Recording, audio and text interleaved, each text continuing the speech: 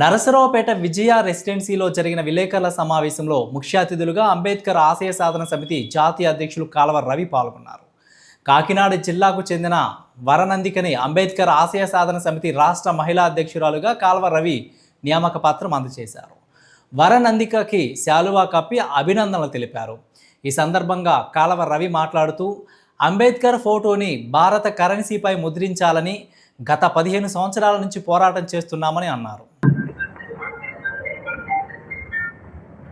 రవి గారు నా మీద ఇంత మంచి అభిప్రాయం ఉండి నేను ఇంకా సేవ చేస్తానని, అంబేద్కర్ సేవ విధానంలో మేము చేస్తామని, ఆయన నాకు ఇచ్చిన అవకాశాన్ని సద్వినియోగం చేసుకుని ఇంకా ముందుకు నడిపిస్తానని, అంబేద్కర్ ఆశయ సాధన సమితిలో నేను కూడా పాల్పంచుకుంటానని అందరికీ అంబేద్కర్ గారి ఫోటోని భారత కరెన్సీ నోట్లపై ముద్రించాలని గత 15 సంవత్సరాల నుండి ఎన్నో పోరాటాలు, అలుపెరగని ఉద్యమాలు చేస్తూ ఉన్నాం.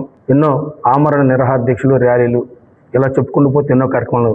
అంబేద్కర్ గారి ఫోటోని కరెన్సీపై ముద్రించనే ఒక కార్యక్రమాన్ని తలపెడుతూ దేశవ్యాప్తంగా అనేక కార్యక్రమాలు చేపట్టాం. దానిలో భాగంగా ఇప్పటి వరకు మా ఈ పోరాటానికి మద్దతు ఇస్తూ రకరకాల పదవుల్లో ఉన్నటువంటి మహిళలు, ముఖ్యంగా మహిళలు మాకు ప్రతి కార్యక్రమంలో అండదండలుగా ఉంటూ నన్ను ముందుకు నడిపిస్తూ ఈ ఉద్యమానికి తోడ్పడందించినటువంటి మహిళలందరికీ, వేదిక మీద పెద్దలు, అక్కలు, చెల్లెములు అందరికీ నా ఉదయపూర్వక ధన్యవాదాలు తెలియజేస్తూ ఉన్నాను.